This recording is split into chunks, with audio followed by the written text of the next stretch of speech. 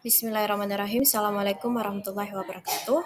Kami dari kelompok 3 ingin presentasikan hasil kerja kami yang berjudul Bukti Menerapkan dalam UPD yang beranggotakan saya sendiri Nurjannah, Iza Salviani, Nur Rahmah, Umul Khairah, dan Rozatul Jannah.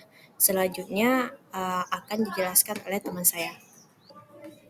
Baik, dengan saya Nur Rahmah. Dalam pendidikan, setelah melakukan pembelajaran, diharapkan bagi peserta didik memiliki sebuah capaian belajar, baik itu berupa kemampuan dan pemahaman baru.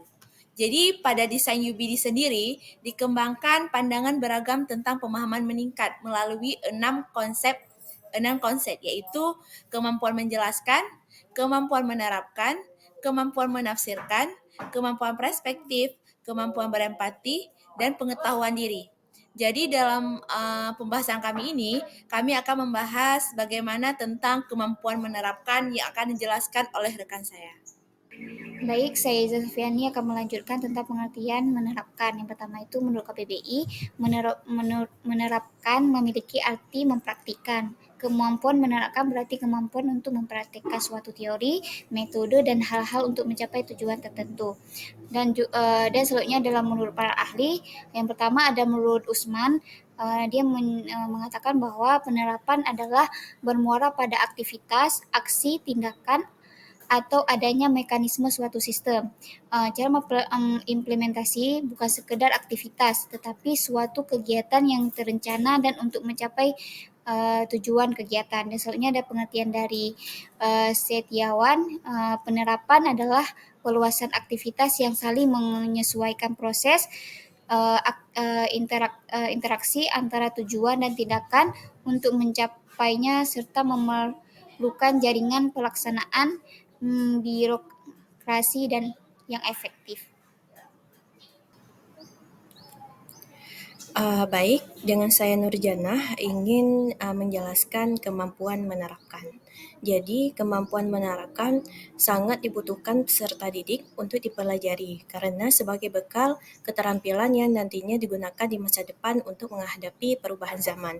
Jadi, oleh sebab itu guru perlu menyusun pembelajaran yang dipadukan antara teori praktek supaya dapat merangsang nalar peserta didik.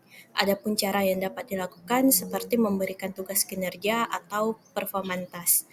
Selanjutnya akan dijelaskan oleh rekan saya. Baik, dengan saya Rozatul Jannah akan menjelaskan tentang contoh kemampuan menerapkan dalam UBD. Contoh yang pertama yaitu ada penerapan materi manajemen waktu, pemberian materi manajemen waktu pada layanan bimbingan klasikal kepada peserta didik.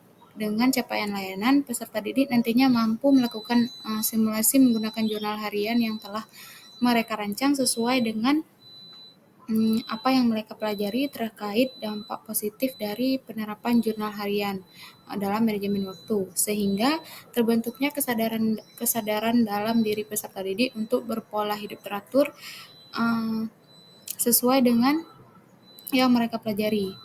Peserta didik yang mempelajari materi manajemen waktu tersebut akan mengembangkan dan merevisi solusi terhadap masalah di kehidupan nyata yang serupa. Contohnya, mereka mampu mengaplikasikan manfaat dari manajemen waktu di dunia perkuliahan maupun di dunia pekerjaan. Sekian dari saya, selanjutnya akan dijelaskan oleh rekan saya. Baik, selanjutnya saya Umul Khairah ingin menjelaskan terkait dengan contoh yang kedua. Nah, contoh kedua ini pada layanan BK misalnya memberikan materi pola hidup sehat pada layanan bimbingan klasikal. Nah, di mana nantinya pada layanan klasikal ini peserta didik mampu mengaplikasikan kiat-kiat pola hidup sehat dalam kehidupan sehari-harinya. Dan kemudian ia mampu mencontohkannya pada lingkungan sekitarnya sehingga hal ini dapat meningkatkan kualitas hidup yang baik dan lingkungan yang sehat. Nah, demikianlah contoh dan pengertian dari bukti menerapkan dalam UBD dalam layanan bimbingan konseling. Sekian presentasi dari kami, semoga menjadi manfaat untuk teman-teman semua. Wabillahi taufiq wal hidayah. Wassalamualaikum warahmatullahi wabarakatuh.